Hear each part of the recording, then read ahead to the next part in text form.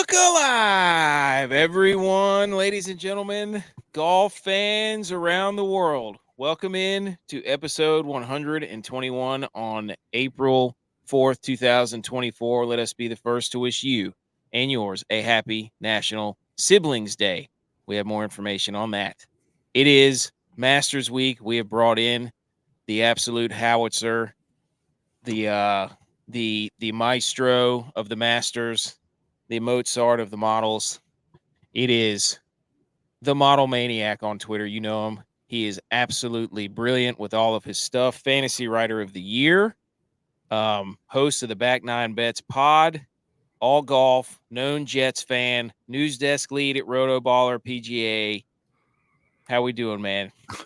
I could not do much better after an intro like that, my buddy. So I really appreciate it. I mean, I was about to have a sip of some Stella over here to make myself feel a bit better, but no need for that after that intro. So doing freaking amazing, dude. How are you doing? Dude, I was sitting there at work today and I'm just watching the par 3 contest, and I've got one of my patients' like legs on my shoulders, and I'm just sitting here watching. It's probably bad. Don't repeat this. But I was just watching the par 3, and that was one of the coolest things, dude, was the kids running around there, man. Like the whole pageantry of the Masters, dude. Yeah. It's cool. It's cool for 1 week a year. Agreed. Yes. I can deal with it. You know, like were this to be, and the Ryder Cup, you know, like the pageantry of that too. But that's about, you know, I don't want to make these guys feel more important than they are, you know. Very true. So the big news in golf is there's two things. We're going to jump right into it. Where do you mark? Which side are you on? Do you think the solar eclipse was better or the cicada event? You thought I was going to go live PGA? You know, like the plague. The plague's a good. I feel like cicadas are just like the live guys, and the solar eclipse is PGA. I'm a big fan of like organic, national, you know, natural things to take place. Why the hell not have a cicada infestation? So, yes. I was worried. That's a question. I'm like, does Augusta have an emergency plan if these cicadas just right out of the ground, dude? I bet you they've got like some chemicals on the plants and stuff around there that just repels all that stuff. Augusta does it like outside of falling trees, they take like no half measures. Yes, none. Yeah, it is. You remember that? I remember watching that. I forget about it sometimes. Yeah, it was crazy, dude. That was wild. Dude, they're like drying out the greens right now. Butch, we can't hear you. Yeah. We can hear you, but you're soft. Yeah, you're really soft. Kind of like Colin Morikawa. Dude. We were talking about him the other day, and I was like, his irons are in shambles at this point. Him and Victor Hovland are not in good form, so to speak, at this time. They are not. So, okay. I've been stuffing my face with pimento cheese and Arnold Palmer sweet tea and lemonades this entire week in order to carb up for the Masters of what will ensue over the next 4 days. We have got some weather, obviously. Mm-hmm. So I don't know what that's going to look like. I've seen that they've sent out an alert to maybe the parking or whatever. So I'm not entirely sure what that might entail. But I forgot where I was going with that, but the wind is going to be the big factor, I think, is what I saw the first 2 days, correct? Yes. Lots of wind, more turbulence than Butch is experiencing there with the microphones and things. I think we can really expect some wind to pick up over the next few days. Whether or not that happens every day, every hour, or just half a day, who the heck knows? So if we stacking, I think we got to stack, man. You got to stack 6 guys either side of the wave and just hope you have a few lineups that get on the right side of it. Yes, and if you happen to be building, let's say, 40 lineups tonight, probably take advantage of that information right there. That's just a random number that I came up with. Go 10, 10, 10 split AM, PM, 10 PM, AM, and then just do 20 however you feel. Yeah. vibes, like Vibes. we like to say. If you're a hand builder OG. Yes. Let me put in the time. These muscles have been working Yes. overtime. Reward us old men who like to do it the hard way. Back in our day. So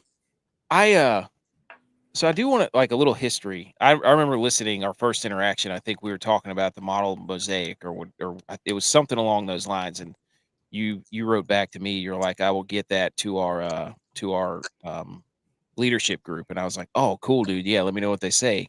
And you said, I do not have a leadership group. I was just yanking your leg. And I was like, this guy knows, and we have got to interact and be on the show with this guy at some point.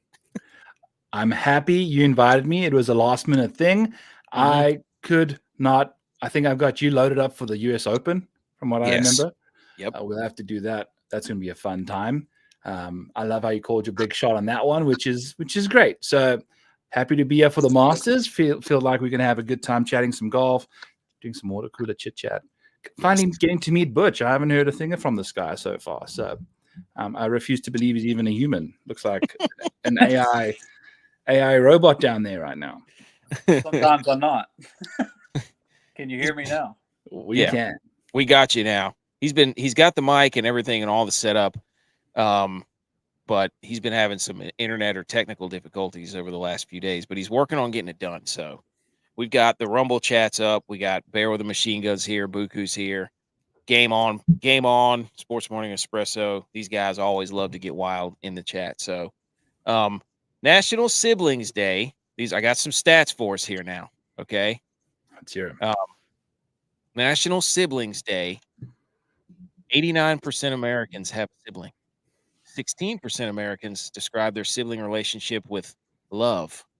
65% and 75% of dads claim to have a favorite child. And 19% say they're completely different than their siblings. And then there were some stats on who wants to be the oldest and the youngest. So, Sibling Day, do you have siblings? I do. And I think I was the favorite of the two, despite being the least enjoyable, if that makes any sense. I was the first, got a younger sister that followed the rules, all that stuff. I think, the trouble child usually gets the most love. Yes. There's a lot of, could be some rearing there. You know what I mean? Mm-hmm. That's why I think I was maybe not the favorite, but the most loved for sure. And 35% of women wanted to be the youngest. 40% of men would prefer to be the oldest. How about that for some stats? I did not look any further than these stats right here, but I always love to get these national days and just kind of be like, huh, that's interesting. I wonder who they polled for that. Butch, were you the favorite? Of course. Okay. I do not believe that. I was the favorite boy and my sister was the favorite girl. They were the only. There was one of each. So I guess you could take that crown. Okay. Salute Your Sports. We've got that up. We've got Water Cooler Debate. We've got the DFS Deep Dive. We've got How Dare Yous. We've got lots and lots of golf talk. The Inter-Squad DraftKings Jamboree result. So, I mean, I'm trying to get to the golf as quick as possible. I love doing this other stuff. This stuff's fun. Like, this is what makes you guys. So don't stray from your DNA. No, true, but I just love the double Masters helix structure right here. Going. I love the Masters, dude. Me too. I watched the drive, chip, and putt on Monday night, and I was like, I could watch this for quite some time, just because. Yeah, it's the only time watching 12-year-olds is formally acceptable. Yes, 100%. That's exactly what I told myself. I was like, you're up right now, and you're watching these young golfers play this course. I'm sure there's got to be something else on, but it's at Augusta, and I can't stop. So, but I'm just supporting the next wave, so to speak. All right. Now, we're going to get into Salute Your Sports. So, everybody, shh.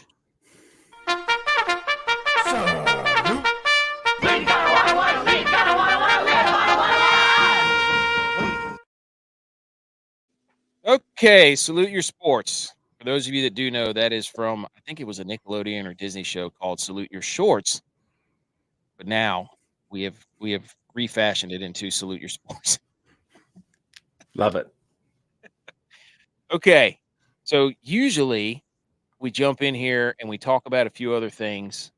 We touch on kind of the national championship in basketball. And then we give out some hot takes of what we've seen in the last few days with the sports world. So from the national title game, UConn won it all. There were only 3 things that I wrote down from that game. Did you happen to watch that game? Or were you deep into the? It was on Monday night. I think I've done like a show in the middle of every single title game in the last while. Like it's been brutal, dude. My scheduling world has been a cluster, a complete dumpster fire. It's all right. They aired it on TBS, so I didn't watch it either. That's exactly what I wrote down. I was like, Oh, I'm sitting here, local channel, CBS, and I'm like, where's the game? And I'm like, oh my gosh, I'm going to have to sit through 17 Impractical Jokers commercials just to watch this game. So that was a big thing. It was on TBS, not CBS, which is ridiculous. Mm-hmm. And then UConn ended up going 12-0 against the spread. They smoked everybody. That's unprecedented. They're the only team to beat everybody by at least 13 points in both years. That nobody's came closer than 13 points to them. That's insane. That is the best 2 college basketball teams ever. I mean that's all true and everything. On those stats. But Klingon, their big guy, is an absolute bum, for one, because he cost me a very huge parlay that I had wagered on the game. And he's 7'2", and he had 5 rebounds, and he had him in the first 3 minutes of the game. And he did not record a single stat for the next 17 minutes of the game. Or wait, the next, 20-minute halves? Yes. Whatever. He went 17 minutes being 7'2" in a basketball game, not recording a stat. What are you doing? I mean, can you even brag as a national champion without that? After that performance, parlays aside, buddy. Is anyone going to tell him that he's 7'2"? Thank you. There's another guy that's also 7'2", right across from him. He had, 15 or 20 rebounds. I mean, you're really going to get that bodied by another human being? Come on. Yes. So, I think that's all Purdue had, though. But yeah, but clearly they could not shoot. They didn't want to shoot. So he's a bum. Whatever. I've had enough of that. Anything else on that game?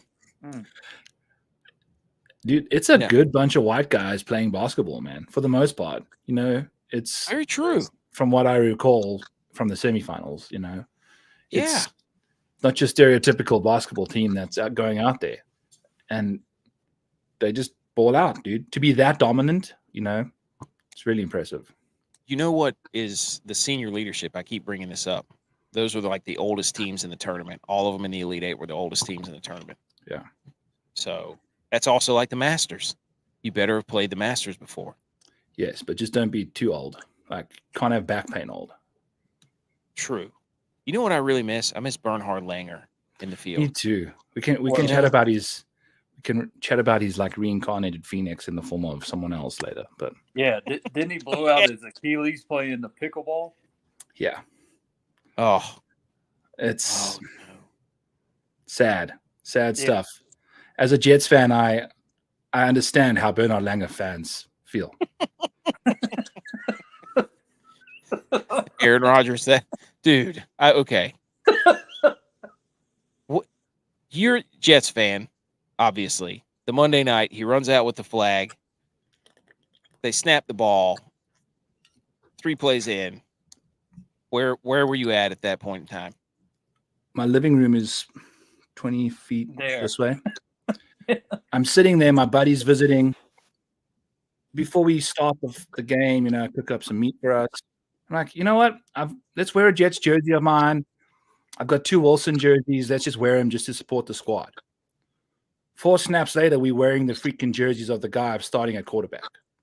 Like, that was never supposed to see the field in the year, and we haven't even dived into our ribeyes yet. And Zach's slicing and dicing up Buffalo for that. Still won the game.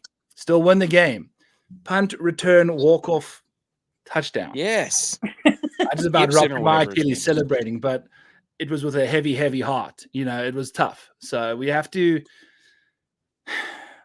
This is the year, dude. When I became a Jets fan, I became a Jets fan the year after we went to the second AFC Championship game. I arrived in America in 2011 in August. So I had no idea what an AFC or an NFC was. I just decided to either, because I have family in Jersey, I'd visit them every Thanksgiving, every break. Jets or Giants. I went with the Jets. The Giants won 2 Super Bowls, and I haven't seen a playoff game in 12 years. And you get a generational talent quarterback who snaps his Achilles 3 plays into just a freak injury too, by the way. I'm sitting there watching that. We had Breece Hall rupture his Achilles in Denver. We had then AVT, our first-round guard, rupture his Achilles in Denver, where the same exact field where he ripped his tits apart the previous year. He had some torn pecs. So ripping tits, dude. Speaking of masters.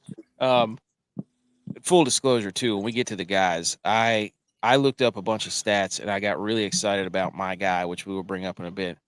And then I went back and looked again, and I was like, these are not the same stats I was looking at. Who in the world was I looking at? But I'm sticking by my guns because I did find some stats so that will support my argument once we get there. So, again, we've got Fantasy Sports Corp. What's up, boys? We got Buku here. It's time. There with a machine gun. Everything's safe now. No Tiger slander from Will, as he will constantly have Purdy slander, which I will not allow at any point.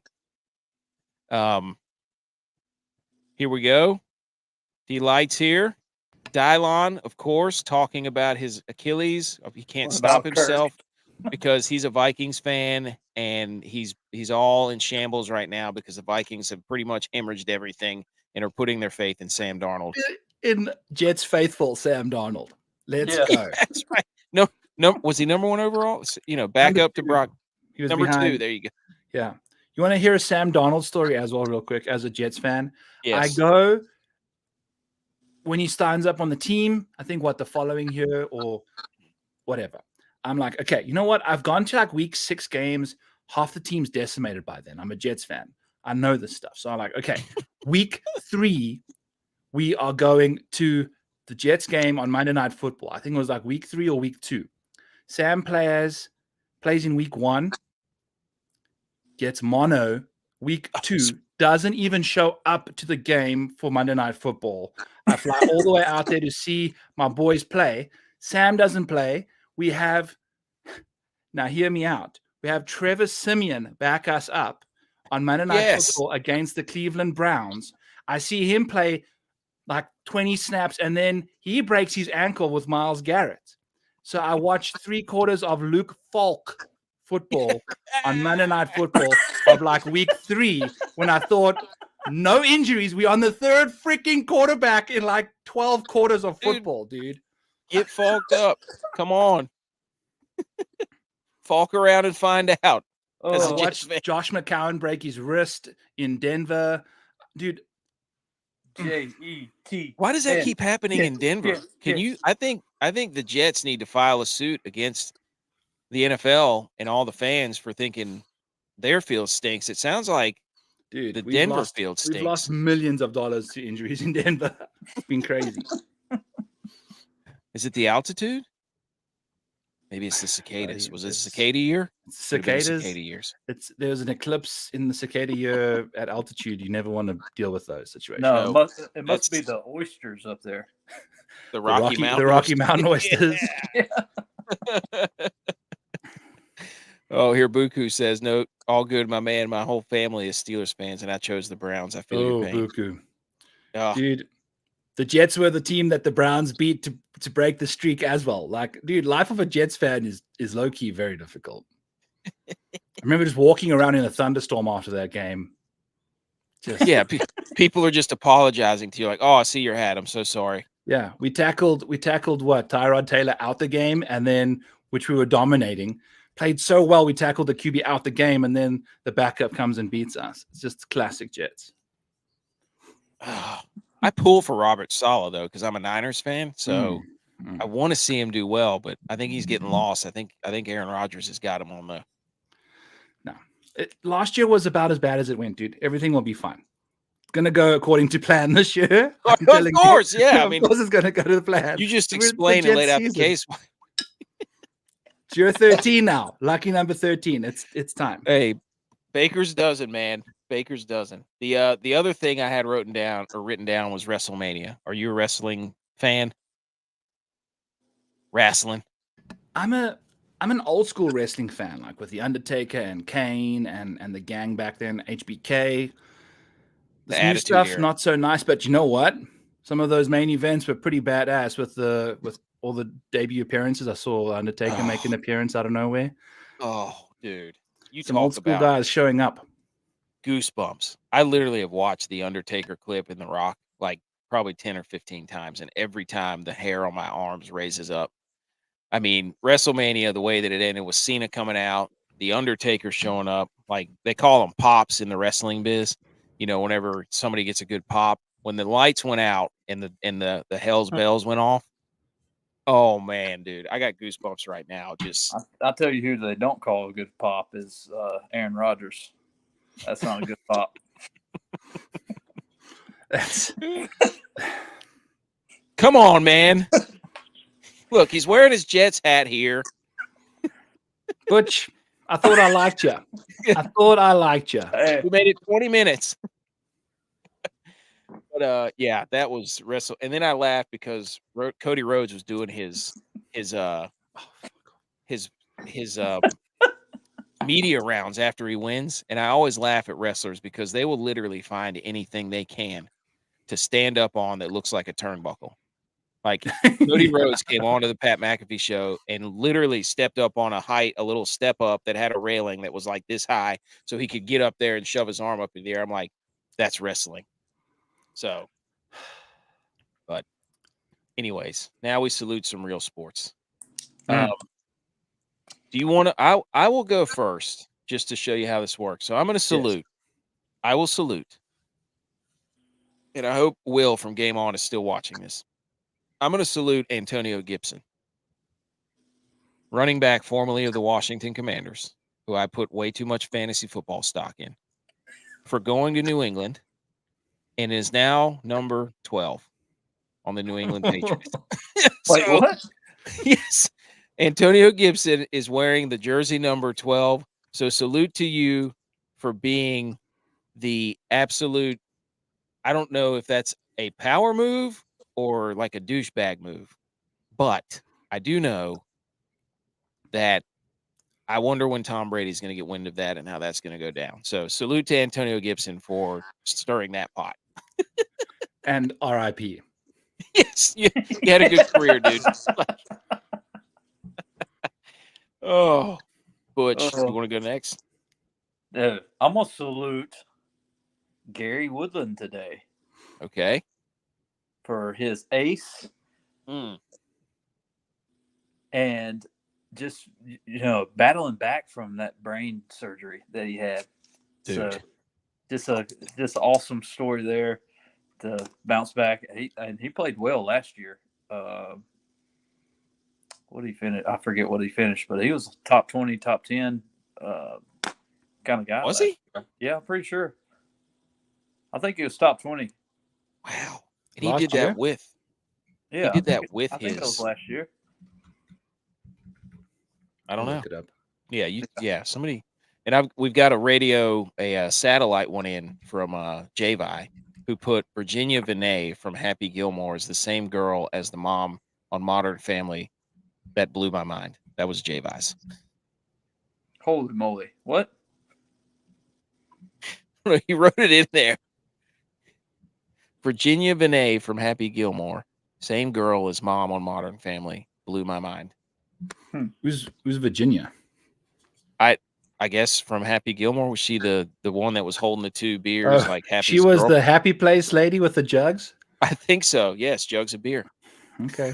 Did you see their, what is it, Paige Spiranak or whatever her name is? Yes. Trying to be Yes.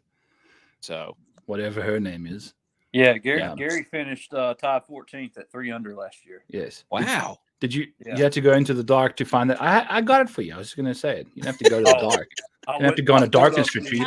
You might snap your Achilles when you come back. Oh, be careful, Butch. He's been known to pull a quad running down the first. Yeah. Never forget one of my favorite stories. We all show up and get together at our old college town to play a tournament, a softball tournament. We're about to wreck these dudes. Butch bats lead off, rips one, I don't even know where, probably down the left field line, takes off out of the box, boom, pops his quad. Done for the rest of the tournament. Butch, you got to shoot your shot, bro. You got to live in the moment. Hey. Never let it die. So, all right. Go ahead, man. Salute something. Salute. I've got 2 salutes. One, quick hitter. Congrats to Ricky Fowler for finally getting on the board. Salute for winning the par 3 contest at Augusta. He finally gets a major, baby. So, yes. Let's go, Ricky. Winning stuff at Augusta. Did you get a jacket? They should give a vest. I'll give him my. They should give him a caddy vest. No, they should give a poncho. Yeah, just a green poncho. They should make the winner of the par 3 contest wear the caddy bib, like the caddy outfit the following day. Or whatever their wife was wearing, they have to wear that. That would be quite fun too. Make it a real premium to win the you got to make sure you really want to win the par 3 contest. My other one will be not nearly as funny, but it's Wyndham Clark going to play his debut at Augusta. Yeah. They ask him about who's reached out to, have you reached out to any like guys that have played this thing many, many times, any professionals of the past? Like, nope, I've done my own research. Thank you very much. I find out he's playing practice rounds with Jeff Knox, the guy that goes and plays with everybody when they need a replacement for the scorecard. He's that guy that always will super sub in if there's an odd number of golfers who make the cut. He'll play as that second guy. He's playing with that dude. So, like, salute to you for, like, going completely behind it. Like, nobody potentially knows this golf course better than this guy. Goes out there and crushes in the tournament. Like, he sometimes beats the people he's playing with because it'll be the guy going out first who's barely just made the cut. And he'll kick that guy's ass. And it's a lot of fun. He's a member at Augusta. So, salute to getting your intel from Jeff Knox. Okay. I didn't know where that was going at first. I was like, whoa. Yeah. And then I was like, oh. And then I came back to, I feel like that was there's Phil, there's Bubba, there's whoever you want to speak to. Brooks, dude, Jeff Knox. Bubba Wallace is going to put on the show for sure.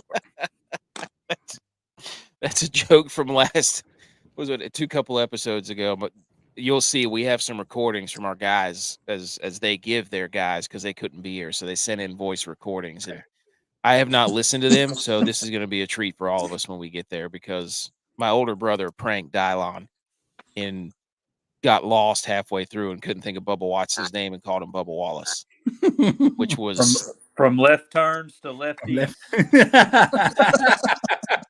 Oh. Yes, that was so that's all the salutes. I was going to salute a mini salute, more like a fist bump to the UFL kicker. The same dude who hit the 64-yarder hit another 62-yarder. What? Oh, wow. Yeah. That dude will not be playing in the UFL next year, probably. Yeah, definitely not.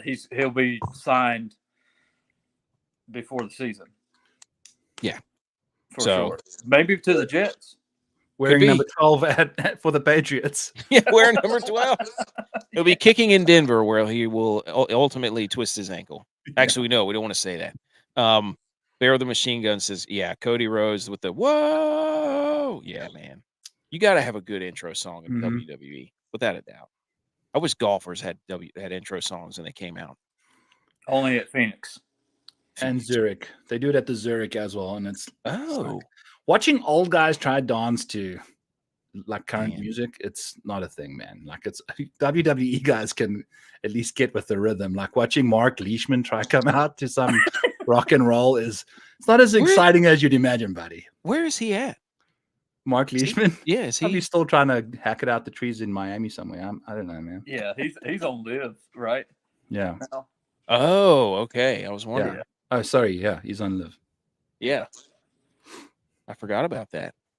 Man, that's weird. It is weird seeing I don't know. Anyways. Okay.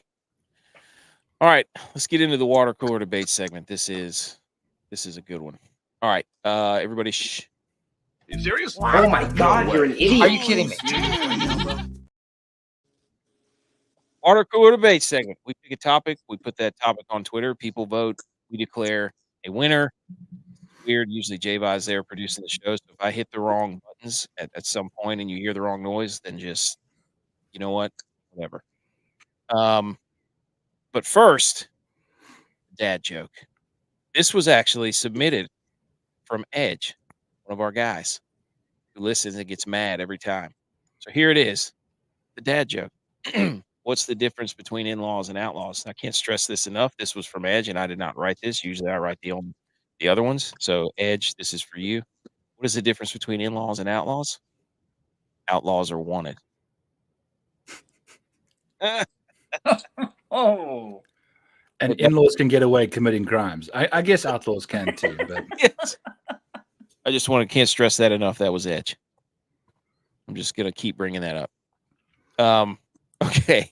From episode 119, we had the GOAT type of box, which people were really interested by some of our answers, as Eric from the Smoke the Spread show was like, a box turtle. What is that? And I'm like, how dare you, sir? That is the state reptile of North Carolina. So where are the turtles meme from The Office? Yeah, right in your backyard, pal. Where are the turtles? So here are the results from the GOAT type of box. I, once again, was victorious with 36% of the votes for Boxer Puppy. I went straight for the people's heartstrings and said, hey, you're not going to beat a puppy. You just can't. J.U.Y.S was in second with 28 and Boxer Briefs. And then Tex actually 20% and with Box Turtle. And then Butch B with the Justin Timberlake song, Junk in a Box, 16%.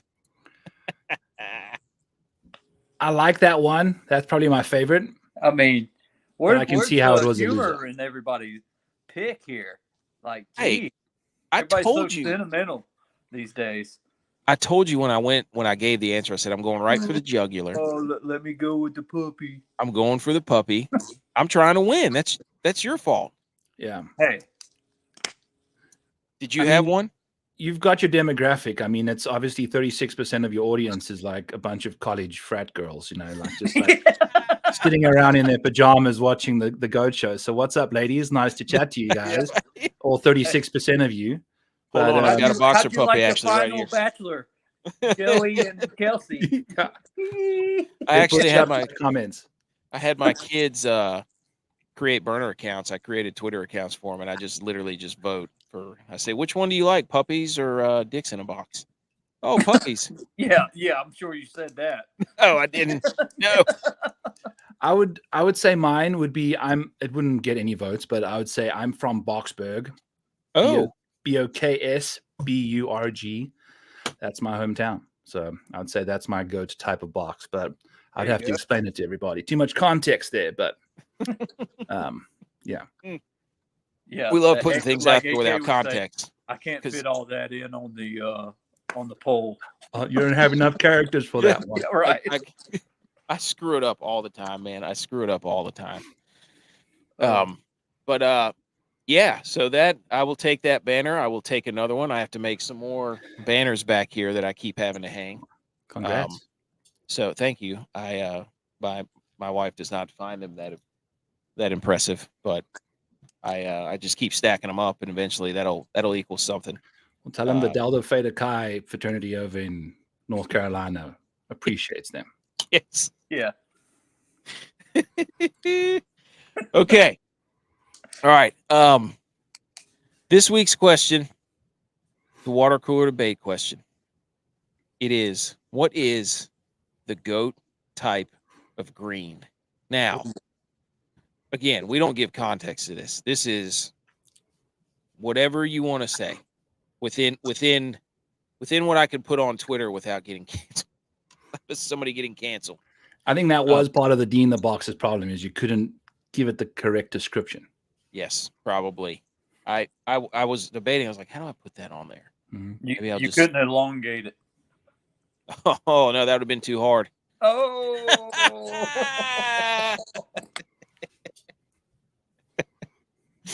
Okay.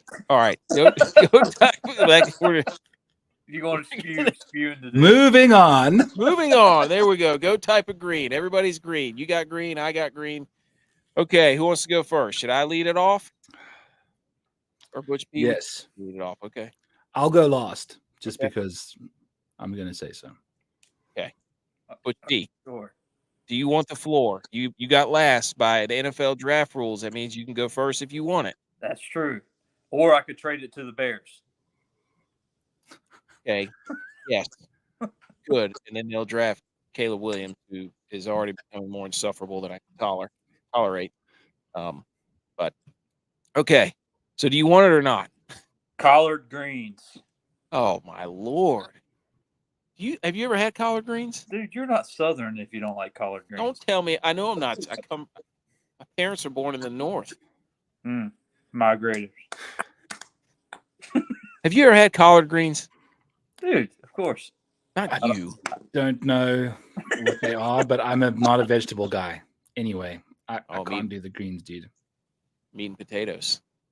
No, they're basically. Have you ever seen? They're basically just steamed leaves. Yeah, no wonder I've never is. eaten that before. It's basically. It's not spinach because it doesn't get as. I don't know. It doesn't have shrinkage Sloppy. like spinach. Yeah. Right. No. Going back to the old. All right. Anyways, we don't want to go backwards. It's collard greens. Granted, 36% of the Delta Beta guys, they probably smash collard greens daily. That's where you need. I see where Butch is going with that. That's true. It is a Southern thing. Like on New Year's Eve, you'll see people at the grocery store getting their collard greens and what's the other thing they get? Ganja. And black. Black-eyed peas or something. Okay.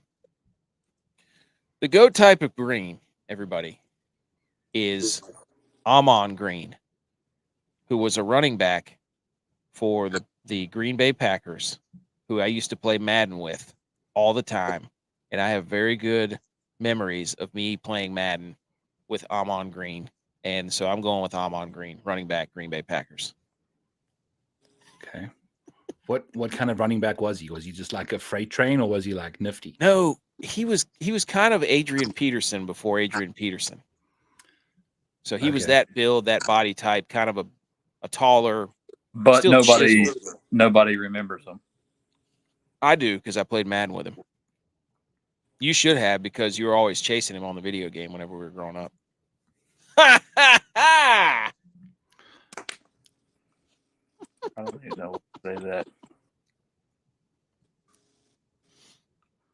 Go ahead. What's your GOAT type of green? All right. So I was going to say Sean Green right after you went with your Ma Green, but I'm going to go with Gangrene. Okay. Oh, yeah. Lose a leg or foot or Achilles. Ooh, that's a good spin on it. In Denver. Because there's not a lot of oxygen. You know what, Butch? I might actually go with that. Gangrene is the way I want to give me that. All right. I appreciate that. I think that's going to win. That's without a doubt going to be the winner. Gangrene. Collard greens and Amon Green. So for I amend my selection from gangrene to gangrene. Just putting it out there. Thanks to my good friend Butch, who has won me the contest. Hey, you're welcome. I put this up because I'm like, oh man, thanks for coming on the show. There's a lot of green, and I'm like, people think we're probably going to go like Masters jacket green. It's like, no, a vegetable, a different version of gangrene, and then a running back from the Green Bay Packers. Yeah. A running back, a disease, and a vegetable. Like just And this is the Masters show, ladies and gentlemen. All right. Oh, speaking of Masters, Let's don't know if link anybody- this together now. anybody else has any goat types of green? And I'm sitting here trying to think of some, like, obviously, you could say putting green. You could say money. You could say, green, the green freezy pops that you pull out of the freezer. Yeah, but the grass is not always greener. That's true. It's true. It's The green goat where you si- water it, Butch. The goat kind of green is the green on the other side. Yes. Now that's an answer. I might throw that one in there on the bottom as just like a anonymous. The other side of the fence green. Is that the same? The grass is not always The green. green from the side of the fence is not always greener on the other side. So you can say it's the green of the grass of the side you came from. No. Yes. We had it. You're going to. No. Yeah. The other side of the The other green. The other We had it. grass. The other grass. the grass. Yeah, the other grass green. Yes. Yes, There the you other go. grass. Yeah. That would fit in the characters. Mm-hmm. Okay, and that was the water cooler debate segment. So now we're going to play a little segue music because it is Masters time. It is time to talk golf. This is one of the greatest weeks, and I cannot wait to build, let's just say, more than 10 Millie Maker lineup winners. Okay. There it is. Here we go. Shh.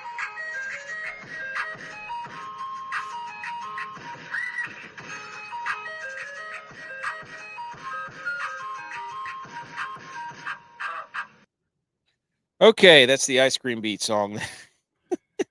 I did not realize you had a green jacket on until your hands went up in the air to the ice cream cone. Yes. You're looking fly, dude. Looking good. This was given to me years ago, and I don't know how I wound up with it, but I asked the person who gave it to me. I was like, I may not give this back. Is that okay? And it has still fit me from probably 10 years ago. That is a more impressive situation than how you got it. Because I cannot fit into a single thing from 10 years ago. So it was, and I do wear it for the Masters, and I used to wear it to weddings and things until my wife was like, "You've got to stop wearing that jacket. It's the only one you ever wear." And I'm like, people think I'm a member. Yeah, exactly. Like, but baby, you don't understand. Yeah. The guys. Everybody, they love the Masters, and everybody, it literally is a conversation starter. Hey, where'd you get that jacket? It looks like the Masters. Mhm. And then you go and you talk about parlays that you lost, and Yeah. what golfer, how Bernhard Langer, we miss him. Rest in peace, his Achilles, but he'll be back. R.I.P. man. Can't all be killers for every day of our life, man. Some of us have to rupture an Achilles every now and then.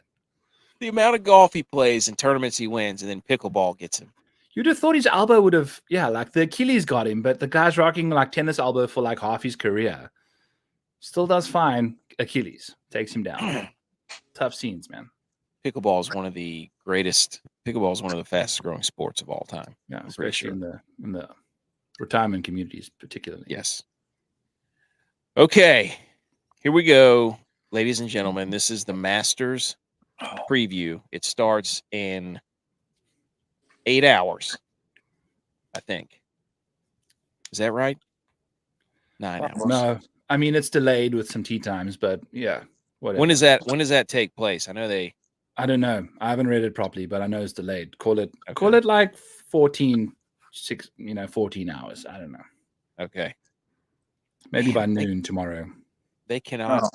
They can't start. Well, that'll help me. They can't start on time. They can't finish on time. Just when we thought. I remember you and I were talking. But some notes before we begin. Scheffler, Burns, baby watch. Are we worried? It would be epic if Scheffler is like leading this thing by 5 strokes and gets a call at like the turn on Sunday, and it's like your wife's having a baby right now. He's walking off the course, so it would be one of the most epic situations ever. Well, for him, he has won it before, so yeah. And golf, according to him today in the interview, does not define him. Yeah. He does all kinds of other stuff that he transcends the green jacket. Yes. He should get a vest. I think if you win it twice, you need to start getting an entire suit. So give like you win it for a second time, you get a pair of pants. You win it for a third time, you get a pair of shoes that are green. Fourth time, you get a nice belt that's green. Like a nice baseball cap. Yes, the fifth time, top hat. That you can wear backwards, like because you've won it 5 times. Yes, and you can play with it backwards. Yeah. So you basically look like Jack up there. Pretty much, yes. Yeah, I mean, yeah, exactly. That's what we're all trying to strive for at the end of the day. Well, people get mad at him because they're not willing to budge, but I'm like, here's the ideas they need to be. Hey, somebody wins it twice, you got a jacket. You can't wear a jacket. There you go. BMO's here. He says 3-piece suit. Why not? So, Spieth, Bhatia, Minwoo Lee, all questionable. We worried. Are we worried? I'm just cracking beers. Sorry. Oh, that's okay. You crack it. What's Minwoo's injury? His was a finger. Yeah. Broke his finger. Broke his finger. That was. Hey, are you a Kentucky fan? I'm an Iowa fan. Well, that's Kentucky's landmark right now at the Calipari. The bird. Calipari. Yeah. Coward Pari. Hey, we got that. Spieth, I'm playing. Akshay, I'm not.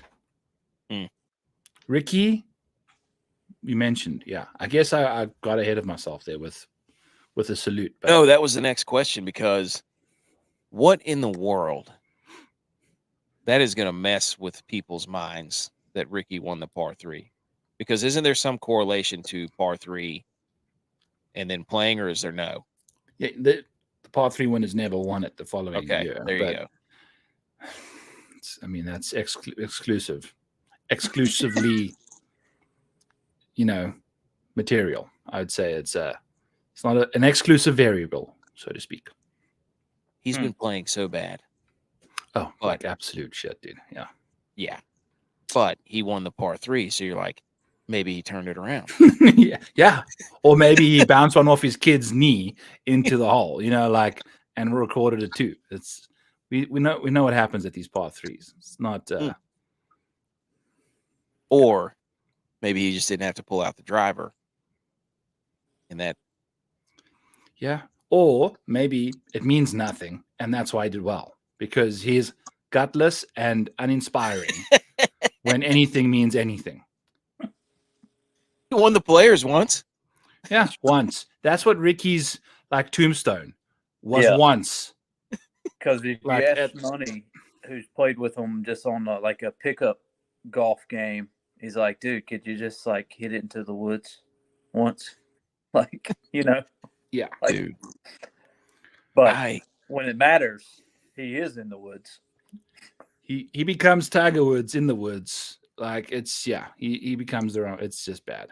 He's Gary's Woodland. Yes, we can do all the wood. What's the goat kind of wood? Goat kind of. Oh. Just gave us an idea for next week. Can I use my D in the box? You're gonna run that one back? Justin Timberwood. Hello, Timberlake. There you go. Keisha, I'm yelling timber. Okay. Ooh, boys. Yes, that's how we go. Tiger, thoughts? Make the cut. WT on Saturday. Call it a day. I don't know. That's the Tiger way now. just got to keep that cut streak alive, playing 2 rounds of golf per tournament, man. That's what I was just sitting there thinking. I'm like, look at my hat. Do we need to sponsor Tiger? Yeah, wouldn't have to pay much because you're only going to pay for half the airtime making the cut. You know, like the guys. Is he going to go to live? Because they only play 3 days. No, that's too many holes for him. On the PGA Tour, you can make the cut and only play 36 holes, buddy. That's what Tiger Woods does. That sucks. I love all the reports, though. Like, everybody's like, Will Zalatoris was playing with Tiger, and he said, quote, he looks good. I'm like, yeah, because Tiger always looks good on Thursday until Friday shows up, and the guy looks like he just fought in UFC 200, 250, and 299 back-to-back. Oh, man. I love it. Oh. Okay. 89 golfers in this tournament. Top 50 in ties move on. $18 million for the purse. Augusta, the hallowed grounds of golf. Par 72. The whole Ron Close thing. We went over some of that yesterday. Dude, that guy. Oh, he's man. Awesome, man. He's good stuff. Have you been on with him? Yeah, I do a BetSpurt show with him. I did one this afternoon. That's right. I do the BetSpurt show with Ron. Yeah. Yes. The BetSpurts. I forgot about that. I didn't put it in your intro. BetSpurt's co-host. There's some other stuff in the pipeline, so lots of fun stuff, man. But right. Ron's the jam. Yeah, he is the bacon jam. The bacon jam, yes, dude. That's the best jam. Yes. Me and you, Butch, we need to party, dude. I like your style. I never feel bad like sharing his stuff because I'm like, I want everybody to read this guy. Like, I'm always like pumping his. So nerdy. Like, yeah. Read this because this is nuts, dude. Yeah. But basically what it means is you can drive the ball on this course and be aggressive. You better be good around the greens and you better be able to put your tee ball where you want it. So you're rewarded for hitting good tee shots and aggressive tee shots at a better angle into the greens. But the landing spot is not very forgivable. So that's basically accuracy. Yep. And the par fives. You got to crush the par fives. Par five scoring is a must. Like, you're gone if you do not score on the par five. You're done. I mean, it's simple as that. Especially with what the scoring has been in comparison to the par threes and par fours. Yes. Yeah. G.U.Y.S said that Rory was like, I can't remember how many of the past years, like 40 under on the par fives, but like plus 80 on the par threes and fours or something. It was something stupid. I don't know if you have those numbers or if he just yanked my chain with those, but no, I've seen them too. It's a ridiculous, spectrum of results. It's one's amazing, the others are complete ass. Yes. Which also maybe explains that he doesn't have a jacket or shoes or pants. Yeah, you don't even got the jock strap, buddy. Got that Augusta jock strap, but it's only for the par 3 contest. I compare him to, since I'm a Cowboys fan, to Tony Romo. Yes.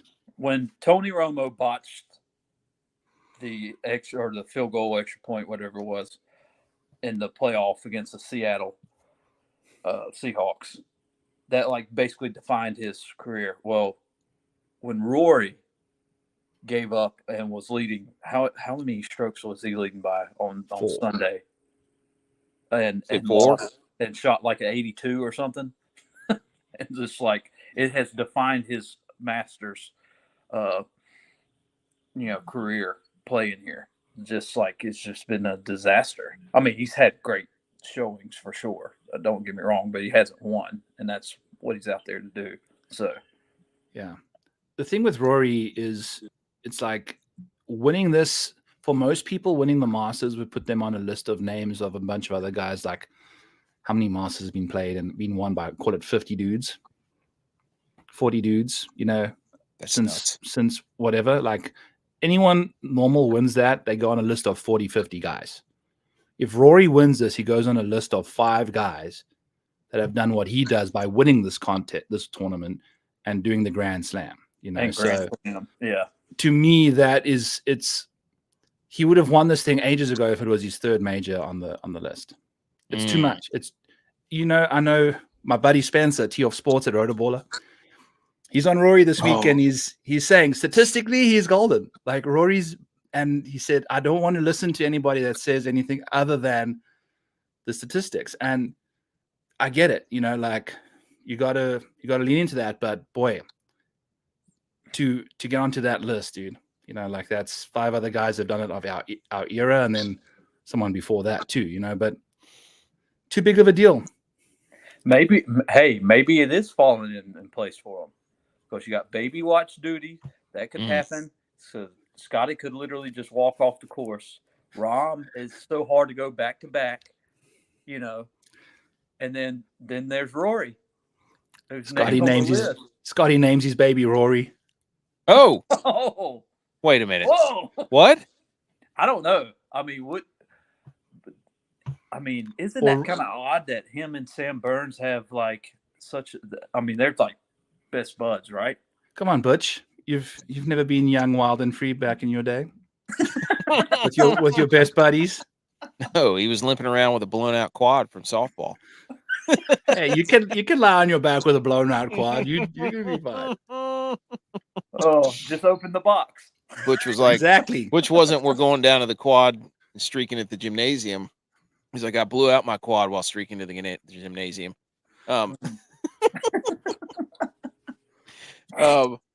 Okay, yeah. Rahm, I don't know. He's been in shambles for.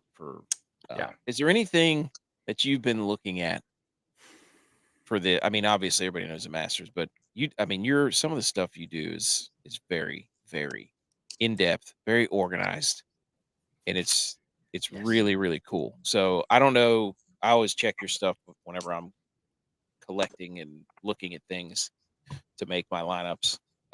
Is there anything that you kind of were like, whoa, that's a crazy trend? Yeah. I noticed that for the Masters and the Open Championship, the last 10 years, 17 of the last 19 guys that have won those 2 majors have finished 2nd or 1st in a major before that. So basically, you need to have finished 1st or 2nd in a major before you basically win the Masters. Huh. There's a few, or the Open Championship, and in general majors. I think the trend, it goes slowly down, but I think you get to like 83% having finished inside the top 5 of a major. So you have to have played well in majors. So like everyone is in on Ludwig this week, man. Like all in. They're thinking he's going to be God's gift to Augusta. I've got news for you, man. Phil, Cam Smith, Tiger, Jack, like if you look at all these guys outside of like Spieth and those guys, all the guys that have won this tournament multiple times, their first starts, T46, low amateur or whatnot, like Ludwig, guys are coming out better and better, but you have to know what you're doing around this golf course. So playing it your first time ain't easy. That's crazy too, because he was super in one of the single entries I was in for DraftKings. He was over 40% last week. So they're saying that he's going to be elevated again. It's just, like you're saying, the first time I tweeted out a picture of the first, there's 20 guys who are playing their first Masters. Mm-hmm. And I just kind of look at that and I'm like, okay, I'm not saying you're not going to make the cut, but for you to go out there and win this thing, with this roster. Yeah, there's some pretty polish. With Ludwig being on that list, Wyndham Clark being on that list, Eckroat's got a interesting stat that's on that list. I think it's his tee to green or something. Whatever you sent us, but anyway, he's on that list. But with Clark and Ludwig, those would be the 2 names that I saw on that list that would be a surprise, but not a surprise if they're up there. All right. I got another thing for you quickly. Ludwig, He has 5 top 10s on the PGA Tour in 21 starts, last 21. 4 of them have come at Pebble Beach, the RSM Classic, the John Deere Classic, and the Players. Are those 7,500-yard golf courses, or are they 7,500-yard golf courses? If you think about them, they're these short little 4 of his 5 top 10s on the PGA Tour. The other one was the Sandersons. Like, those are all short positional tracks. Everyone's trying to make Ludwig this big bombing guy. 4 of his top 10s have come at like Pebble, John Deere, RSM. You know, like he likes, that's where he So his GOAT type of box is a cracker box. It's a small cracker box. Right, exactly. Okay. So, yeah. Batia, Clark, Auberg, Hogarth. Eckroat, I like it. Eck Goat, top debutante, 22 to 1 over at ESPN Bet.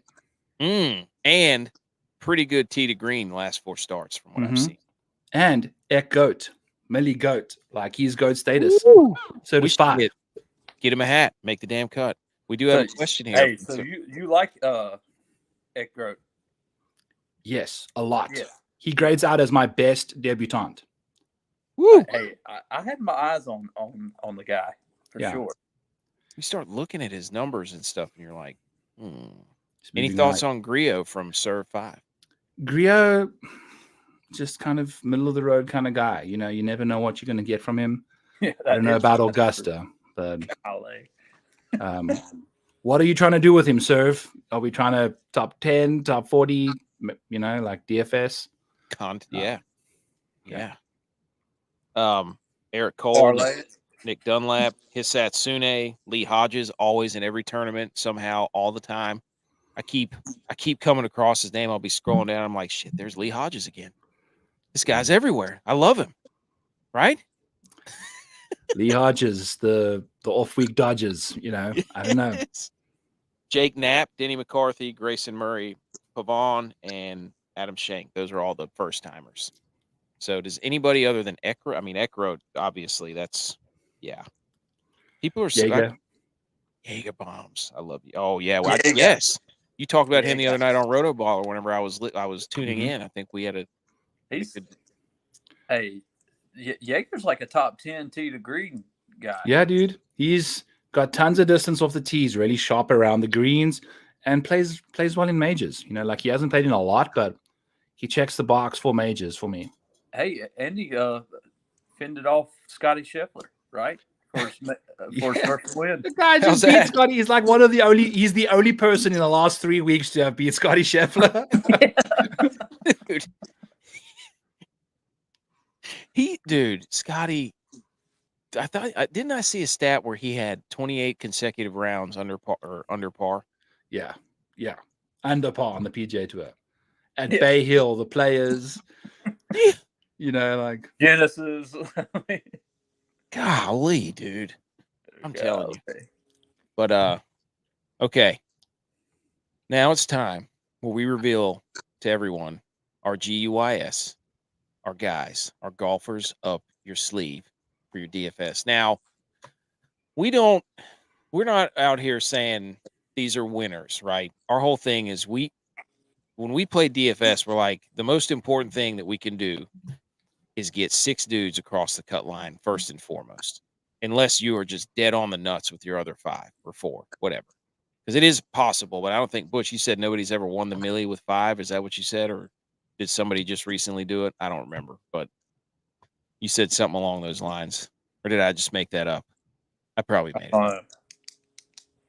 I mean, just make the cut. Typically, you need all 6, and usually you have the winner of the tournament. So, but especially with the Masters being the Masters in a limited field, you're going to have somebody that has the winner and all 6. Yeah, I'd be shocked if the Masters has had a 5 or 6 Millie winner. Yeah. Okay. So these are guys that are, hey, we have our own little deals here. That we're saying these are some guys that you might want to just think about putting in your lineups from a DFS perspective. And we really don't ever give any context other than, hey, we like these guys. We've done a little research with these guys. So I'm trying to get it to load here and pull up. I forgot to. There we go. There we go. Now we're cooking. And I want you to look at this list and be like, who's an idiot and who's really smart? And don't hold back. Pay no attention to the names by the golfers. So here we go. And you'll see our records for who's made the cut and who's on a heater and who's not. Here we go. Hopefully I don't get booted from the stream. Can you see that? I'm zooming in. Now I got to zoom in too. Okay. All right. But yes. I see it. Is that baby. better? Yeah, that's golden. Oh, what did I just do? Oh, Uh-oh. no. Uh-oh. Go back. Go back. I lost We're doing it. so I hit too many good. buttons. I did too many buttons. Oh, no. We're all the way out. Abort. Oh, no. We're getting the whole Millie Goat like timeline, goal ambitions. Oh, Bam. There it is. Behind the scenes ruined. okay. I need to pull Guys, it up where I not don't hit up any your buttons. sleeve. How about Presented to you by exiting out the Golfers. program. Golfers. I just Ricky Fowler that. I won the par 3, and then I just got completely booted out of everything there.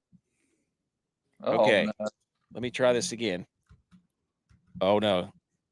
Oh, no. I had everything set up. You You're know, doing I hit a great. few buttons.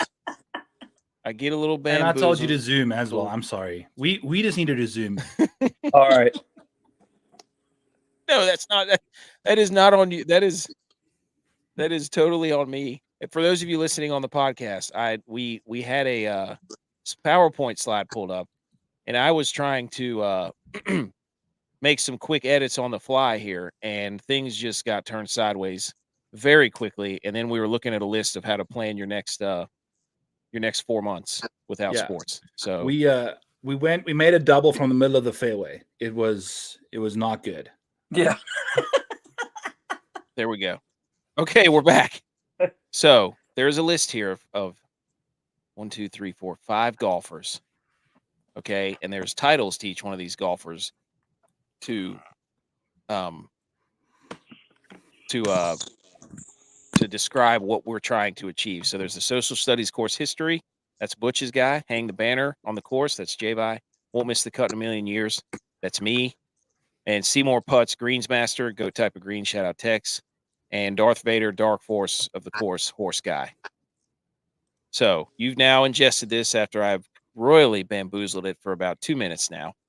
Thoughts? I love this. I love the names on here.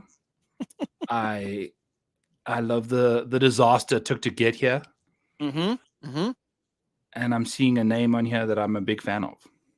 Oh. And it's the hang your banner on the course guy is my guy this week. Okay.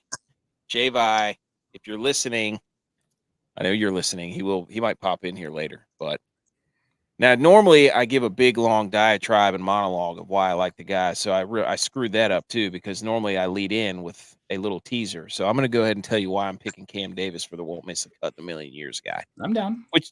Okay. So just sit back and take a second here. This is his second Masters appearance.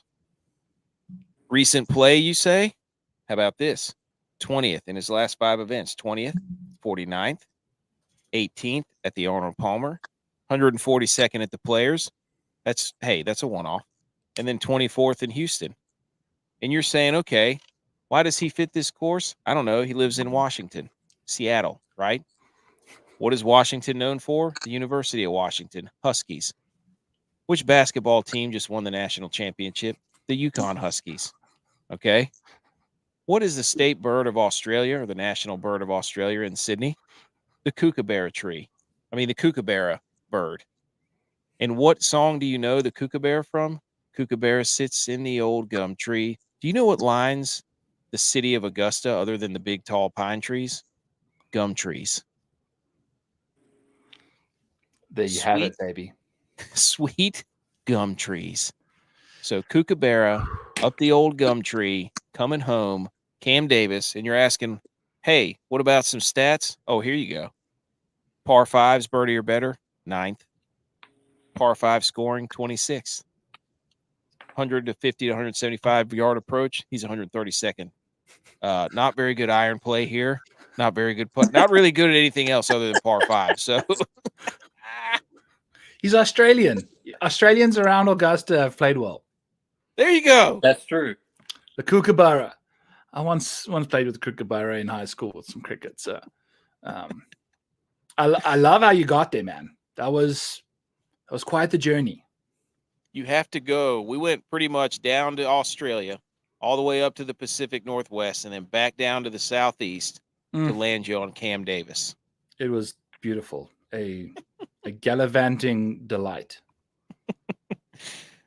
Butch, do you want to go before we play these recordings? No, go ahead. Okay. So we're going to play some recordings. Again, I buried the lead here. Hold on. All right. I'm going to play this one first. I'm not exactly sure. Don't click too many buttons. Dude, me at the controls is a dangerous thing. Here we go. Hey, y'all. Tex here, coming in with my Seymour Putts guy for the Masters in good old Augusta, Georgia. It ain't Texas, but it's Georgia, so we still down south. Now, I'm going to give you the guy I've been telling you for 2-3 weeks now, even when he ain't playing. And that is my man, Hideki Matsuyama. All right, he is so Texas and Texan that they should call him Hideki Matsuyama. All right, he from Japan, which is basically the Texas of the Pacific. He puts Texas Pete on all his rice, all right? He even has an extra tough kimono. So in case you didn't know, in his last 4 starts at the Augusta National in good old Augusta, Georgia, he has won it. He's came tied for 12th, tied for 7th, and tied for 6th. So he is good in Georgia. And he is, like I said, about as Texas as they come across the pond. So that is my guy, Seymour Putts, Mr. Hideki Matsuyama. Hey, y'all. Tex here. Don't repeat. Dude. My cheeks are so sore. Dude. Okay, so Tex got Dylon. That was Dylon doing Tex. Oh my Tex god. got Dylon a couple weeks ago by doing his voice, and I don't know how Dylon got more Dylon with his voice. Oh man. Oh gosh. That was impressive, man. That was very impressive. That was arguably the best part of the show so far. Oh man. Again, I haven't listened to these, so I don't know what they're gonna say. Okay, everybody, thanks for tuning in here. Here's G.U.Y.S guy. This hang the banner on the course guy is a guy that did not originally get his start in golf by playing golf. He got his start in golf by being in a movie. And what he learned in that movie from the one and only Mr. Gilmore, happy, is how to play at a top level at the biggest events. This guy has played Augusta twice. His finishes, 6th and 2nd. He got 2nd at the Guinnesses, which everybody says is the same setup as the Masters. So look at the Guinness and how they played. He got 2nd. In his 8 majors that he's played on tour so far, 6th, 2nd, 8, cut, 6th, 2nd, 28th. This guy shows up at the big-time moments. Big-time players, big-time moments. And if there's anything that I tell you what he's going to do, he's in the top 20 for tee to green. Willie Augusta. Willie Z is my hang the banner on the course guy. Mark it down. Put it on the board. And also watched him play a 9, practice 9 with Tiger. And guess who was giving tips? It wasn't Tiger. Willie Z was giving Tiger tips. Tiger was using Willie's putter, trying to get in the long stick putter game. Willie Z's your guy. Hang the banner on the course.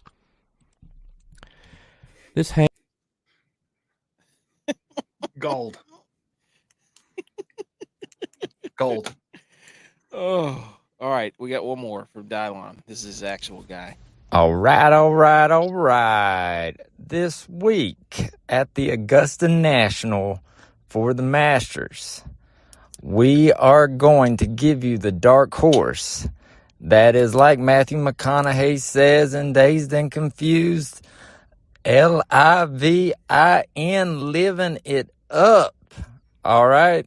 We're going to go with the guy that has won 2 of the 5 live events this year. He came in 4th at the last live event. When he played the Masters last year, he tied for 16th. So your dark horse this week is none other than Mr. Joaquin, a.k.a. Joaquin Neiman. Put it down. Dylon gave you Lucas Glover last week, got you a top 25. You can trust in the Dylon's dark horse for a top 20 finish this year at Augusta, Mr. Joaquin Neiman. There you go. Love it. Okay. You boys bring in the heat. Pre-recorded stuff is on point, man. We all have kids and things, so sometimes events come up and not all of us can make it, and they sign up and send their stuff in. Usually it's an attempt to get one of us first, like we're all trying to get each other, but that was pretty good. So I appreciate that they get to do that. That's all right. So you like Will Z. What about these other guys quickly? Spieth, if I'm going to be playing him without the injury situation, I was going to do it regardless. Love Decky. The other 2 I'm kind of in the middle of. Neiman's best major finish was a 16th, man. Like, he's not done it. I don't know. We'll have to see with him. I'd like to put Cam Smith as the guy she told you not to worry about guy. Because he just walks into the bar kind of thing and doesn't look like he's going to steal your girl, but give him a few Guinnesses. And yeah, the next thing you know, he's your girl's wrapping her arm around him kind of thing. I think that's the situation. And I think him just showing up on Sunday was going to surprise a lot of people, but it shouldn't. So I haven't seen him putt. Is he still just a diabolical putter? Cam Smith is just, dude. Yes, please. You saw my yes. Yesterday's show. The Cam. This is why we got the stash. Yes. I went full Cam Smith when he won the Open. Bought this shirt, dude. I'm all about him. And 55-1 right now out there. Like, this guy was finishing 4th and 2nd at Augusta before he was good Cam Smith. He's like that old Cam Smith now that he's on live, not the good Cam Smith. He's still absolutely live around this golf course at 55-1. 50. So are there any other numbers like that? The betting odds that you're like, so that are like get you, like Buku says, Ludwig Aber round 1 leader plus 3,500. Thoughts? Like I said, I'm out on Ludwig, man. I think the hype is too much on the big Swede. Yeah. Okay. First round leaders, you're going to be looking at like Jordan Spieth, Hideki, Cam, those kind of guys, just down in that 8K range. And then, oh baby, give me the 7,000 and below. That's where I love it. Long stick putter. How much better is it? Do you have the data on that? You have lots of data. I don't have strokes gain broomsticks yet. I'm working on it. Goat type of wood. Still going to Hogswood. Yeah, you don't want to sit on a broomstick that's not filed down. Trust me. That's the old Harry Potter style of golf. There, just the old Quidditch. The Quidditch. Who would be the best golfer to like transform into like a Quidditch player? I think that would also be a fun. It's got to be Cam Smith. Yeah, he would be a seeker for sure, wouldn't he? Yes. Bryson would be a bludgeoner. Brooks and Bryson would be like blood beaters, Yeah. Bludgeoning it. A goalie. I could just totally see like Joel Damon sitting in the goals or Harry Higgs. Oh, Yes. 100%. Joel Damon would be some Hey. Hubs. Man, we love Hubs. That ain't Harry. Keeper for sure. All right. I just Oh. quickly before we kind of wrap this thing up, I do want to pull up. I'm going to try to pull up the DraftKings screen without completely bamboozling it, and just kind of look at these prices. And then while I'm doing that, do you have any favorite top 10s or top 20s that are good odds or odds that you're like, hey, that's something that's just, you got to jump on that? I want to preach to the people. Scotty Scheffler for a top 10, minus 200. Okay. I know it's minus 200. If you take minus 210 and you plug it in, it's going to tell you 68% probability of happening. Scotty Scheffler, in these last 20 tournaments he's played in the PGA Tour, 90% of the time he's finishing inside the top 20. Like, you know, and then we're going back to Augusta. Top 10, he's doing it 80% of the time. So you're getting like a top 10ing, you know, like, so minus 200, there's still an edge to be had. He's won you $1,000 in the top 10 market over the last 12 months to win $100. If you bet Scotty Scheffler to win $100, even at minus 200, he would have won you $1,000 more than anyone on the PGA Tour. Like, I'm just trying to preach to people that betting negative odds is sometimes not the worst thing in the world. All the golfers love to bet these plus money odds. The best betting golf right now is Scotty Scheffler top 10. Wow. It's actually top 20s, but you got to lay like $450 to win 100. But it's working. You know, like you just tuning out unit after unit. It's crazy. That is insane, dude. I will also say Hideki minus 130 for top 20. 8 of his last 9 Masters. I know our boy Tex said, well, 4 of the last 5 he's finished top. Well, 8 of his last 9 he's finished top 20. Oh, dunked on that reindeer. What do you like? I'm always interested, like the ownership projections. Like we always sit around and we're like last week after we got off, we're all like Auberg. He's going to be the guy. And then 40% owned. And then he goes out there and has a middling, I don't know, he's like 5 under at the end. So I don't know. I'm always a guy who leans away from like high ownership, and I love to play the guys that get down in the weeds. So this is the week to not do that, though. I know I do it too. Bad idea for me. I pivot off of the ownership, man. You got to though this week. You got to get guys in there that are high owned, because the course history factor is the biggest. You know, like guys that are playing well are going to play well all the time. It's like one of the most like predictable tournaments of ever. Oh, see, that's tough for me. Maybe I should have saved my millie for like the Open. But dude, at the same time, you can lean into like 4 guys that are high owned, and then just make sure you've got two like a 5%er and a 8%er. You know, as long as you've got those 2, like a Tom Kim in the millie, you can play 5 chalky guys and a 3% Tom Kim, who, by the way, has finished like top 12 in his last 2 majors, top 20 in 3 of his last 4 majors. Oh. You know what I'm saying? Like, debut appearance at Augusta, top 20 for Tom Kim. Not playing good golf right now, 3% owned. You just pop him in there. Play your cash lineup with the rest of the other 5 guys. You've got your Tom Kim at 3%. And you look at who's around him, because you know Connors is going to be owned. You know Fleetwood's going to be there. You know people are going to play. They're probably going to stay away from Minwoo Lee, but Patrick Reed, like he's sandwiched in there between like 3 or 4 dudes. It's like, it's risky. Yeah, but if you're trying to win a millie, you're going up against 450,000 other people. You need a 3%er, dude. Like, that's the thing. Am I playing Tom Kim in my 980 lineup contest? No. But true. That's what I tell them is like, you know, your single entries gets a little more conservative right there. You know, but in a big GPP, why not? You potentially need almost 2 guys that are like sub 5% in the millie. You know, you've got 500,000 guys trying to, and there's only 89 golfers And 80 of them are chances good. are everybody's playing who you're thinking. Exactly. Probably. Well, you have to.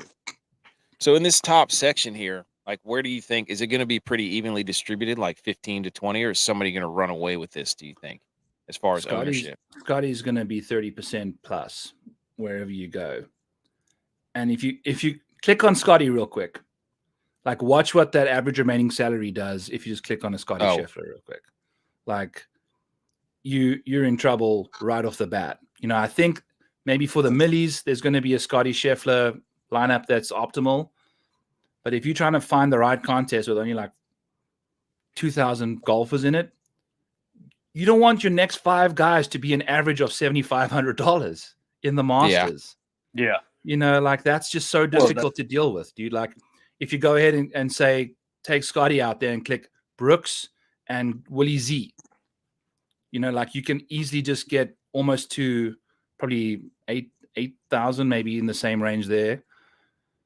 But it's like, you see, you've got an extra $300 or so, or $100, and you've already got 2 solid dudes at Augusta now in your lineup for Scotty. So for me, I'm out on him. As much as that's why you bet the top 10. Just bet his ass there, get your unit back.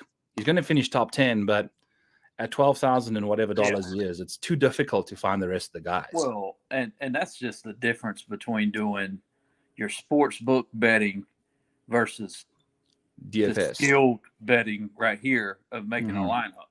Like, sportsbook, you can pick all the guys up there, but you can't pick all the guys whenever you're creating this lineup. You got the salary cap, you know. So hey, but I'm with you there. I like that logic, because you don't have a lot of money to play with now. You, like you're saying, you've got 2 studs for price of 1. Oh, and then you go down here and you do a little this. You get a little dirty. Larry. Oh, yeah. Like a Lowry. Yeah. Oh, yeah. Your boy right And then, there, Fitz shows up at dude, Fitz. Yes. Yep. Fitz shows up, and believe it or not, Morikawa, he shows up to majors, does he not? He used to. He did. You know, but he's broken now. Like, his long irons is what's helped him at the majors, and now it's diminished. It's gone to like average. Like, he's an average long iron player now. Him and Hovland. That's like I mentioned that earlier. Hovland just, I mean, I saw him out there with like beach balls between his arms on the range. I'm like, dude. You think Hatton blows up and does this machine gun? Yeah. Dude, I hope so. So, and then guys that I'm like, I love Brian Harmon. I love Fleetwood. I mean, they're shorter off the tee. Oh, Eam. Yeah, but they're the Harmon and Fleetwood kind of shorter guys off the tee. I mean, what do you make of them? Are they good enough from a long enough iron to be and accurate enough to be? Neither of them has really done well around Augusta. Both of those guys, unfortunately. Yeah. And I see why. Softer. Yeah, exactly. Like, I'd say Tommy's got the best chance of the 2 to kind of do something. I'd probably lean into Fatty Patty Reed there instead. Yeah. You know, just based off the fact that he could find himself inside the top 5 at $7,400. You've got somebody that's won it right there at 7,400. Yes. And multiple top 10s in his last, I think 3 top 10s in his last 5. $7,400. He's actually one of the guys. Reed, I wrote up in my value article. That's, to me, like, no absurd. And everyone hates him. Like, no one wants to click Patrick Reed because he's a douche, you know, like. So that's why we're going to get him at like 9-10% when he should be like 15. Dude, how far we've come from Captain America at the Ryder Cup. What if you put Rory and Reed in your same Millie Goat lineup right here? Because didn't he subpoena Rory on Christmas Day or something? Oh my God! You know, one of the best things I've ever seen is they paired Brooks Koepka with Brian Harmon, and I think that is just hysterical. Because do they Brooks hate each other? No, but Brooks hates slow play, and Harmon, as much as I love him, takes forever to hit a golf ball. Yeah, that's true. He does like. So I'm going to ask you one more here, Theegala. Yeah. I mean, I am Yeah. one of the biggest Sahith Theegala fans Mhm. on planet Earth, I'm pretty sure. But he's 20% owned. You know, like that's the thing with him. Is you're going to be playing with 1 in every 5 guys with the Sahith. So finding guys around him is important, man. So important. Oh, we've got another pointer here. There he is. There you go, dude. We're just getting down. Now, I want to go down to the 7,000 range. I don't mean to skip, but this is where I love. What about, I was looking in my Won't Miss the Cut in a Million Years, dude. I came across this man right here and this guy right here. Where's he at? I lost him. There he is. The suspense. Kirk. Yeah, I like Kirk. Yes. Kirk Definitely posted. I'm in on Kirk for sure.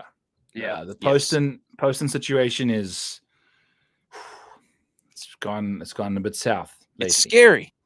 It's not looking It's good. scary. I like Kirk. Not looking good. Kirk is also 7th tee to green. Yeah. And his debut was a top 30, like a top 25, I think. Hits And that. He's a Georgia boy. Georgia boy hits a little Bulldog. draw. You know, he hits that little ropey draw, which favors the lefties. You know, the fade for the lefties. That's exactly his jam. How does toss Eckroat in there in place of Poston? Okay. We'll Going to take give him you out. give you some salary relief. Bingo. Eckroat in there. Where we Now at? what's our 94. damage? Oh, yeah. 9,400. Yeah. You can put in Spieth. You can put Matsuyama. You can put in Cam Smith. You can. We could throw Ricky in there. Par 3 champ. Sure, you could throw the defending Masters champion in there. Already got his green vest. Are people staying away from Cantlay? What do you think? Yeah, a lot, like in a big way. It's no major track record and lifeless, like in heading into the week. You know, he's a corpse. Corpse of Patrick Cantlay will be on Augusta. Everybody clear. Yeah. Another guy. So this, all right. I'll just keep going through dudes, but really another dude I got my eyeballs on is this man right here.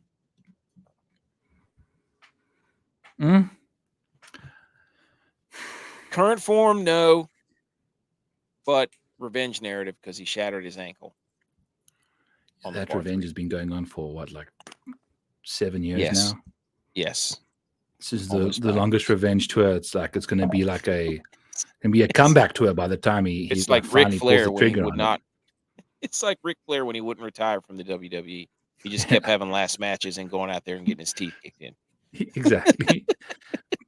Tony just breaking his ankle every time he goes, but I don't mind him. It's just he just hasn't like shown it in a major for a while. Okay. Cam Young. All right. Leave $900 on the table.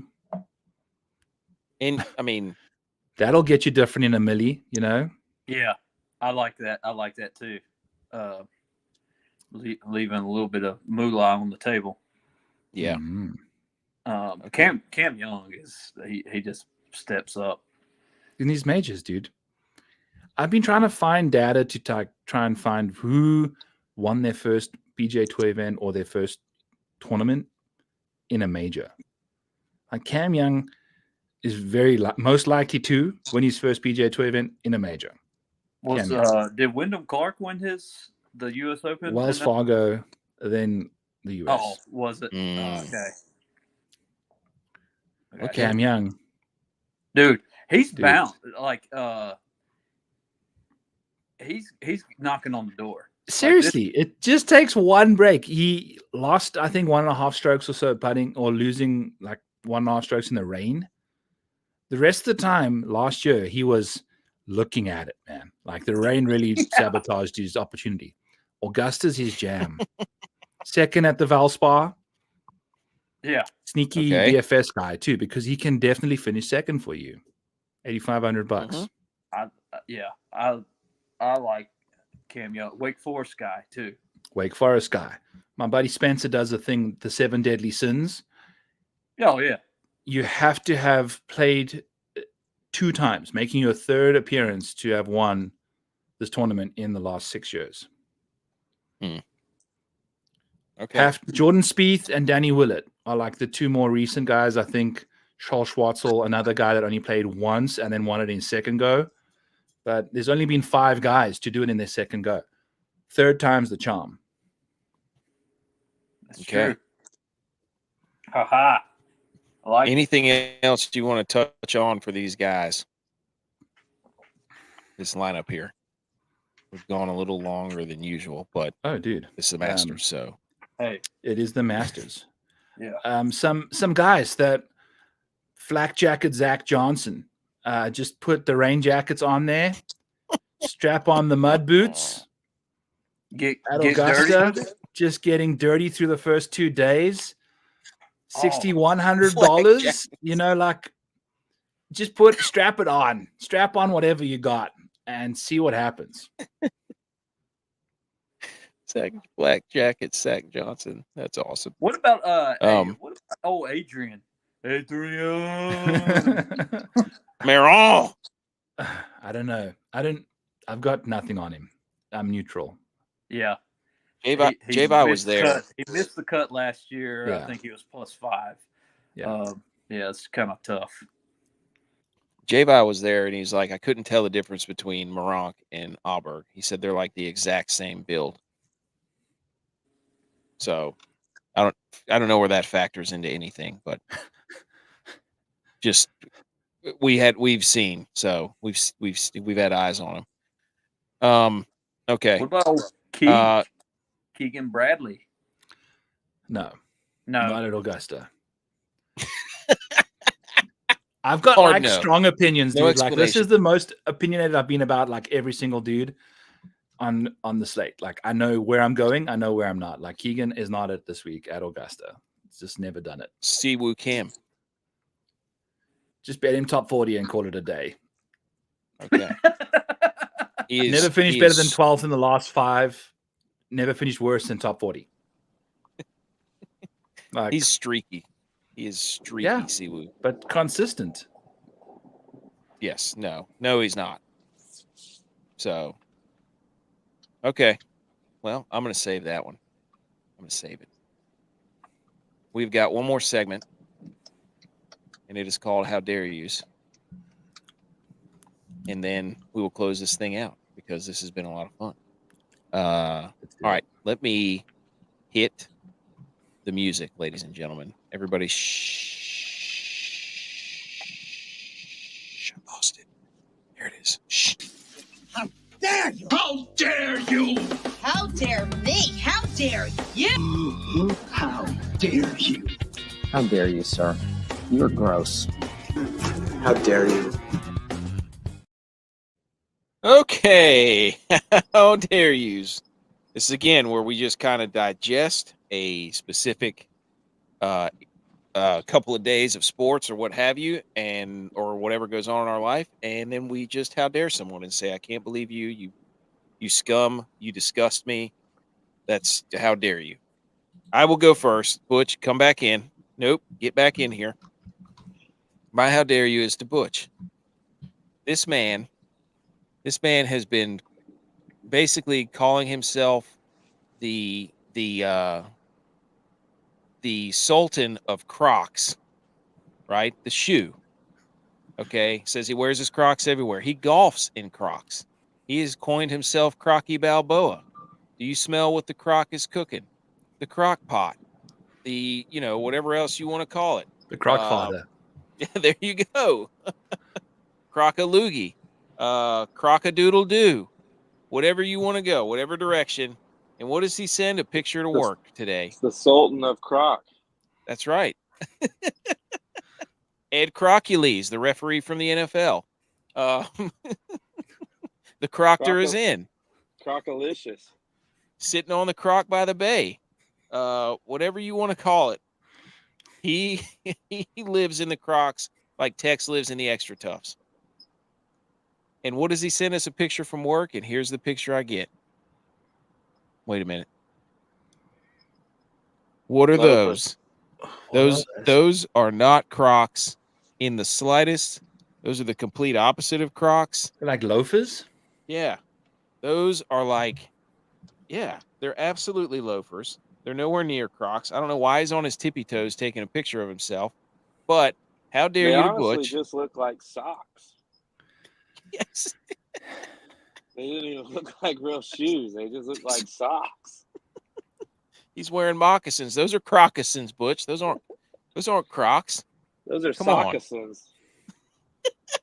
He left. I didn't know we're gonna nothing of it. I don't know. Don't let your boys get high. Anyways, that was my how dare you. I don't know where he went. Oh, there he is. He's back. We lost him. Dude, I thought you left because I was ripping you of your Crocs. Me? Dude, I couldn't hear anything y'all were saying, so I had to just reboot, I guess. How Refresh. convenient. Yeah, How exactly. convenient for him. What are you ripping my Crocs for, man? You're like, okay, I'm gonna have to go through that. Start the show over. Wait a second. Just go watch the show again, Butch. Yeah. Wait a second. 1 hour and 40 minutes in. Go Yes. tune in. All right. Go ahead. Anybody who wants to go next? Me, I'll go. How dare you?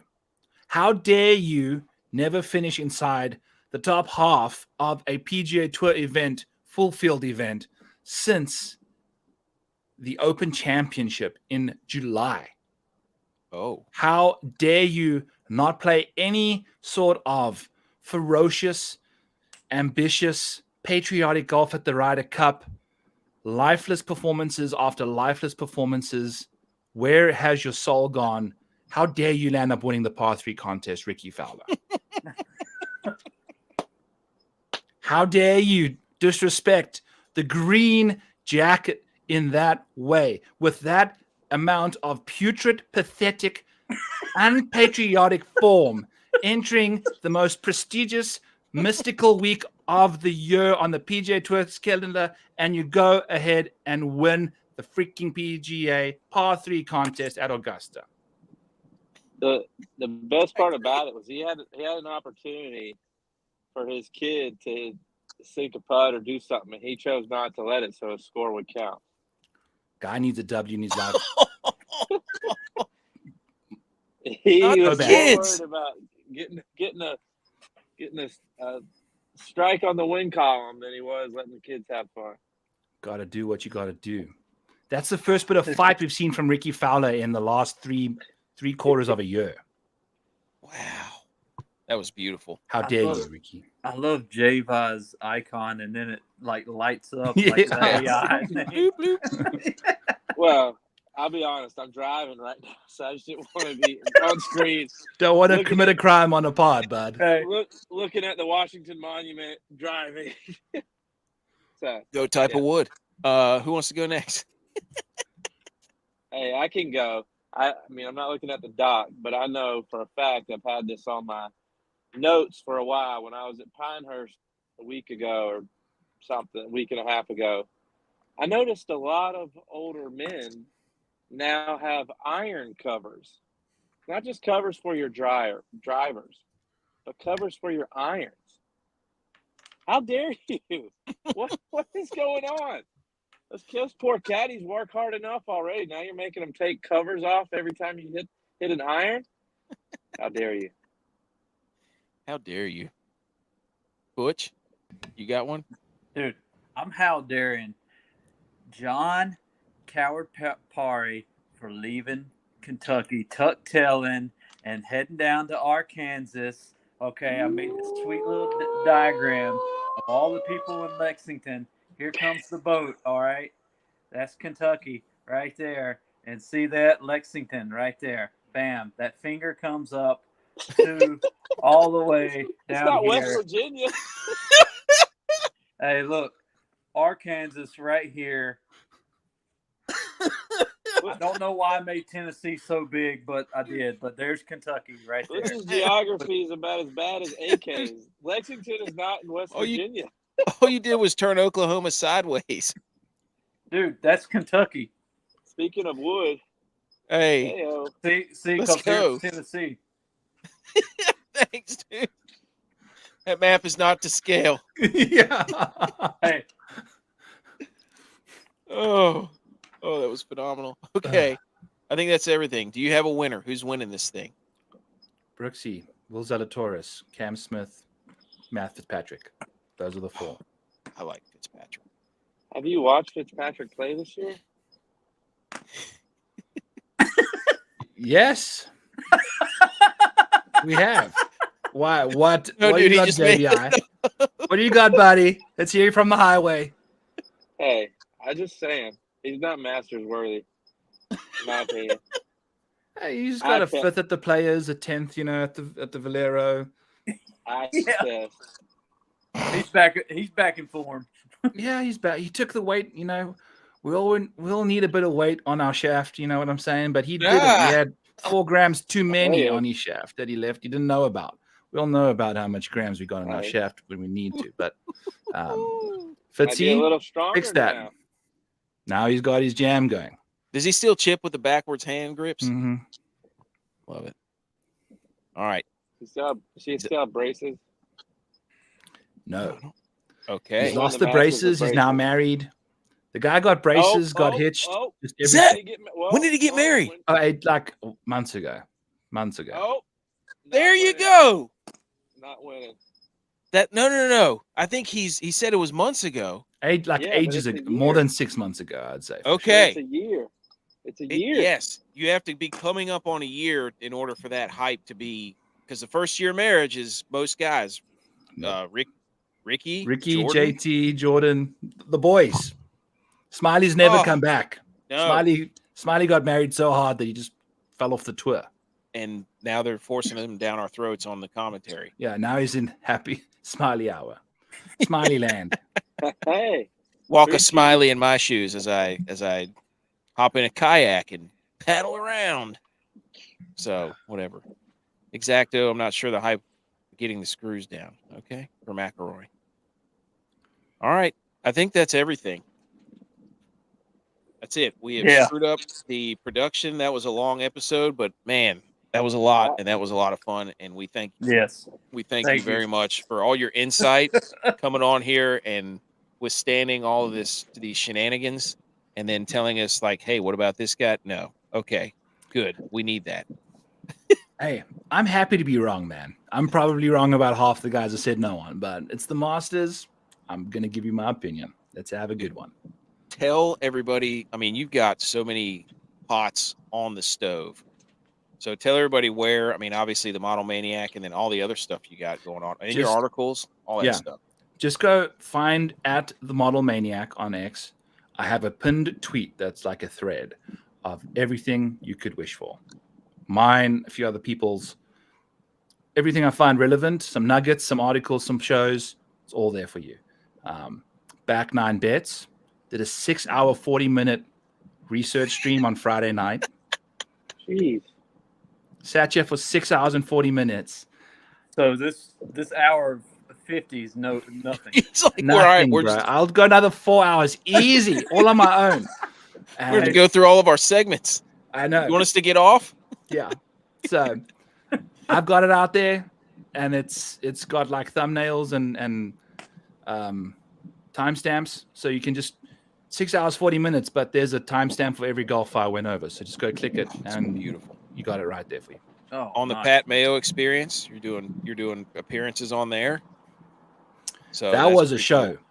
boys. That Cam Stewart show was something. I've never done a show with a guy's girlfriend in the back of the camera in the hotel room bed. Like Handing it him was beers. drinking, yes, handing him beers, handing him cups of vodka, handing him like breakfast biscuits. It was a show, buddy. Oh, Yeah, that was hilarious. I have to admit that was hysterical. And the one thing, it was at the U.S. Open when you wrote that article last year that just went like The wow. Ryder Cup. Ryder Cup. There you go. So I knew it was America, something like that. Mhm. And that was Twin pretty ring. cool to see. So, all right, Exacto, and everybody else who's tuning in, thank you. The podcast will be out tomorrow, so you can listen back and be like, wow, those guys didn't know what they were doing. It's like, yeah, okay. But maybe I've got about 40 lineups to fill out, so I need to I probably need to get started. Go get it, buddy. Thank you so much for coming on. This was awesome. I look forward to the U.S. Open, but maybe before we can do a couple more shenanigans. Mhm. G.U.Y.S, thanks for popping in on the road. Okay. Follow us, tell a friend, subscribe to the show. Follow us at YouTube, the Millie Goats, Rumble, the Millie Goats, Twitter at Millie Goats, Instagram at the Millie Goats, website and blog, themilliegoats.godaddysites.com. About 8 hours to Masters. So again, go follow the Model Maniac, and then let's get it. Happy Masters. Bye, Ron. Go Bills.